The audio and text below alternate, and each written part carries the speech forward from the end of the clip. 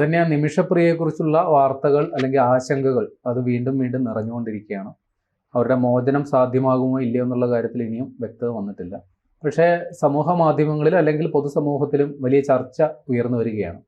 നിമിഷപ്രിയ വിശുദ്ധയാണോ അല്ലയോ? നിമിഷപ്രിയയെ അത്രയ്ക്ക് അങ്ങ് കണ്ണുടച്ച് വിശ്വസിക്കേണ്ട കാര്യമില്ല എന്ന തരത്തിലാണ് ചർച്ചകൾ വരുന്നത്. വാസ്തവത്തിൽ അവർ ഈ പറയുന്ന തരത്തിൽ ഒരു വലിയ ആസൂത്രണത്തോടെ ഒരാളെ കൊലപ്പെടുത്തി ആ കൊലപാതകം മറച്ചു വയ്ക്കാനായിട്ട് ആ മൃതദേഹം വെട്ടിനുറുക്കി ടാങ്കിലിട്ടു. അത്രയ്ക്ക് ക്രൂരത ചെയ്ത ഒരാൾ അവർ അനുതാപം അർഹിക്കുന്നുണ്ടോ ഇല്ലയോ എന്നുള്ളതാണ്.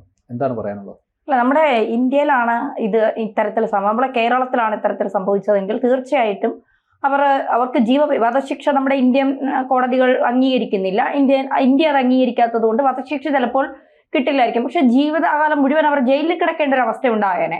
അപ്പോൾ അത്തരത്തിൽ ക്രൂരമായ കൊലപാതകങ്ങൾ ചെയ്തവർ പുറത്തിറങ്ങരുത് എന്ന് ഇന്ത്യ കൃത്യമായ നിലപാട് സ്വീകരിക്കും. ഇന്ത്യൻ കോടതികളിൽ കൃത്യമായ നിലപാട് സ്വീകരിക്കും. പക്ഷെ ഇവിടെ കോടതി വരെ പറഞ്ഞത് നിമിഷപ്രിയയ്ക്ക് നല്ലത് വരട്ടെ, നമുക്ക് പ്രാർത്ഥിക്കാം എന്നാണ്.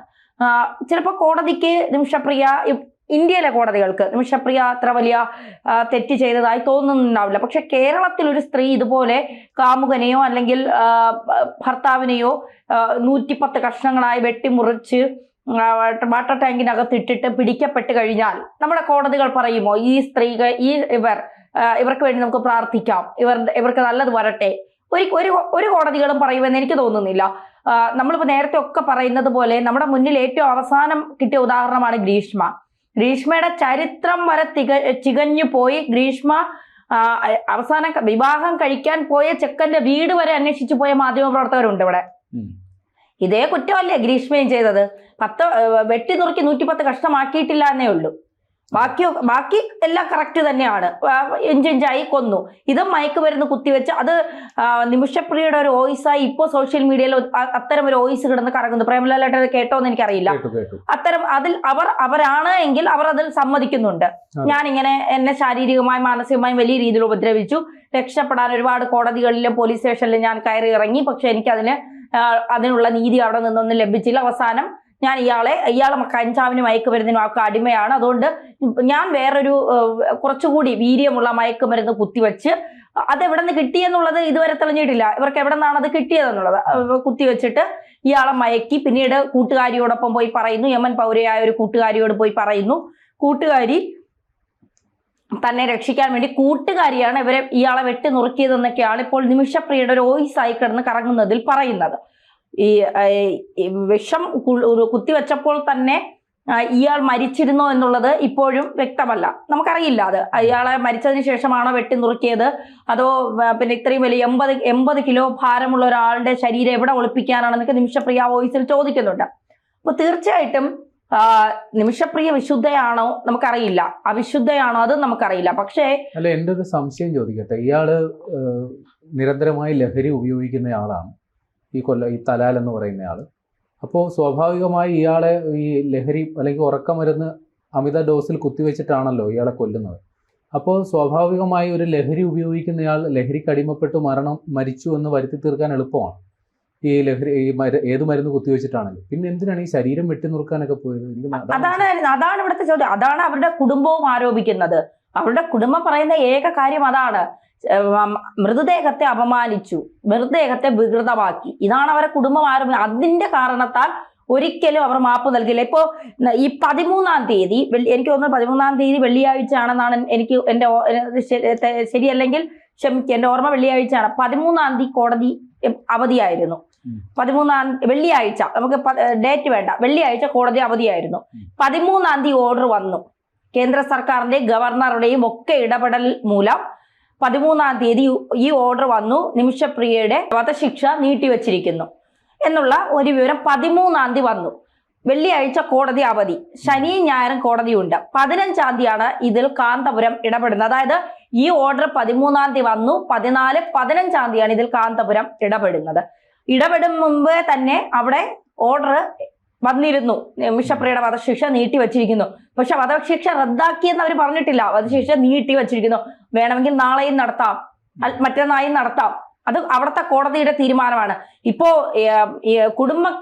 കുടുംബത്തിന്റെ വക്കീല് അല്ലെങ്കിൽ കുടുംബത്തിന്റെ വക്താവ് കൃത്യമായി പറഞ്ഞിരിക്കുന്നു, ദയാധനം വാങ്ങിക്കൊണ്ട് ഞങ്ങൾ നിമിഷപ്രിയയ്ക്ക് മാപ്പ് നൽകില്ല. ഞങ്ങൾക്ക് പണം വേണ്ട.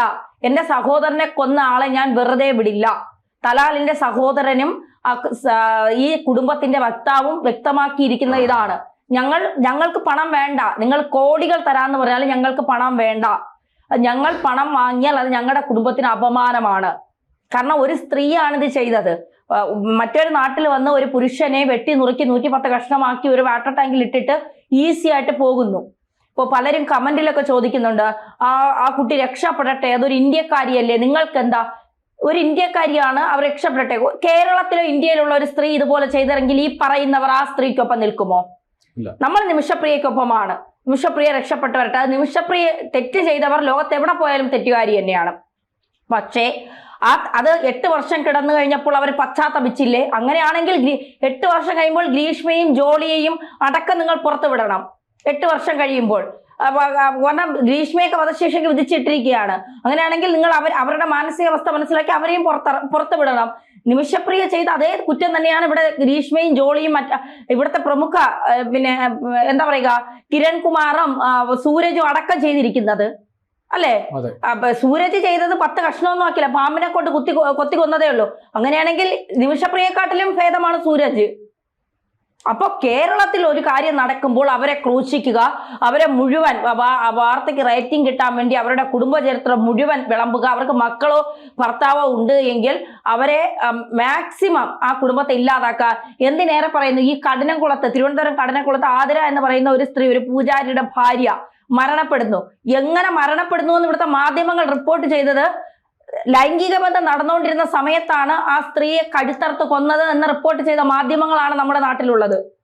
ഇത് ഓൺലൈൻ മാധ്യമങ്ങളല്ല റിപ്പോർട്ട് ചെയ്തത്, മുൻനിര മാധ്യമങ്ങളാണ് ഇത് റിപ്പോർട്ട് ചെയ്തത്. ആ മാധ്യമങ്ങളാണ് പറയുന്നത് യമനിൽ കിടക്കുന്ന നിമിഷപ്രിയ നമ്മുടെ സഹോദരിയാണ്, വിദ്വേഷം നിങ്ങൾ പ്രചരിപ്പിക്കരുത്. അപ്പൊ നിങ്ങൾ ആലോചിക്കാനുള്ളത്, നിമിഷപ്രിയ അത് ചെയ്തു, അവരുടെ ഗതികേട് കൊണ്ട് അവരത് ചെയ്തു കാണാം, മറ്റു മാർഗങ്ങളില്ലാതെ അവർ ചെയ്തു കാണാം, അതൊക്കെ ഞങ്ങൾ സമ്മതിക്കുന്നു. പക്ഷേ ഇവിടെ കാന്തപുരത്തിന്റെ ഇടപെടൽ അത് ചില മാധ്യമങ്ങൾ കെട്ടിച്ചമച്ച വാർത്തകളും തള്ളുകളുമായിരുന്നു. കാന്തപുരം ഇടപെടുന്നതിന് മുൻപേ ഇവിടെ ഗവർണറും ചാണ്ടി ഉമ്മനും നിമിഷപ്രിയ ആക്ഷൻ കൗൺസിലും കേന്ദ്ര സർക്കാർ കൃത്യമായ ഇടപെടൽ നടത്തിയിട്ടുണ്ട്. അതിവിടെ ആരും പറയുന്നില്ല. മാധ്യമങ്ങൾ ഇന്നലെ മുതൽ ഒരു അജണ്ട തയ്യാറാക്കി. കാന്തപുരം ഇടപെട്ടു, നിമിഷപ്രിയയുടെ മോചനം ഉടൻ. എവിടെ നിമിഷപ്രിയ മോചിച്ചു വന്നോ? ഇല്ല. അവരിപ്പോഴും പറയുന്നു, ഇപ്പോഴും കുടുംബം ആവർത്തിച്ചുകൊണ്ടിരിക്കുകയാണ്. ഒരു ചർച്ചകൾക്ക് ഞങ്ങൾ തയ്യാറല്ല. ഒരു ചർച്ചകളും നടത്താൻ ഇങ്ങോട്ട് ആരും വരണ്ട. ഞങ്ങളെ ആരും കണ്ടിട്ടില്ല, സംസാരിച്ചിട്ടില്ല. ഞങ്ങൾക്ക് ആരുടെ ഇതും കേൾക്കണ്ട. ഞങ്ങൾ മാപ്പ് നൽകില്ല. അവർ ഉറച്ച തീരുമാനത്തിലാണ് നിൽക്കുന്നത്. മാപ്പ് നൽകിയില്ലെങ്കിൽ വേണ്ട, അതൊക്കെ അവരുടെ കാര്യം. മാപ്പ് നൽകി തിരിച്ചു വരിക എന്ന് തന്നെയാണ്. നമ്മുടെ സഹോദരിയാണ്. നമ്മുടെ സഹോദരി മറ്റൊരു നാട്ടിൽ കിടന്ന് മരിക്കുന്നത് കാണാൻ നമുക്ക് ആർക്കും ഇതില്ല. അവർ തിരിച്ചു വരണം. നിങ്ങളിത് പറയുമ്പോൾ കേരളത്തിലും ഇത്തരം കൊലപാതകങ്ങൾ നടത്തുമ്പോൾ നിങ്ങൾ ഇതുപോലെ തന്നെ പ്രതികരിക്കണം. അഫാൻ എന്ന് പറയുന്ന ഒരു 21-കാരൻ ഇത് ചെയ്തെങ്കിൽ അവൻ ചിലപ്പോൾ അവന്റെ ഗതികെട്ട മാർഗം കൊണ്ടായിരിക്കും ഇത് ചെയ്തതെന്ന് പറയാനുള്ള ആർജവം കൂടി ഈ നിമിഷപ്രിയയ്ക്ക് വേണ്ടി വാദിക്കുന്ന മാധ്യമങ്ങൾ കാണിക്കണം.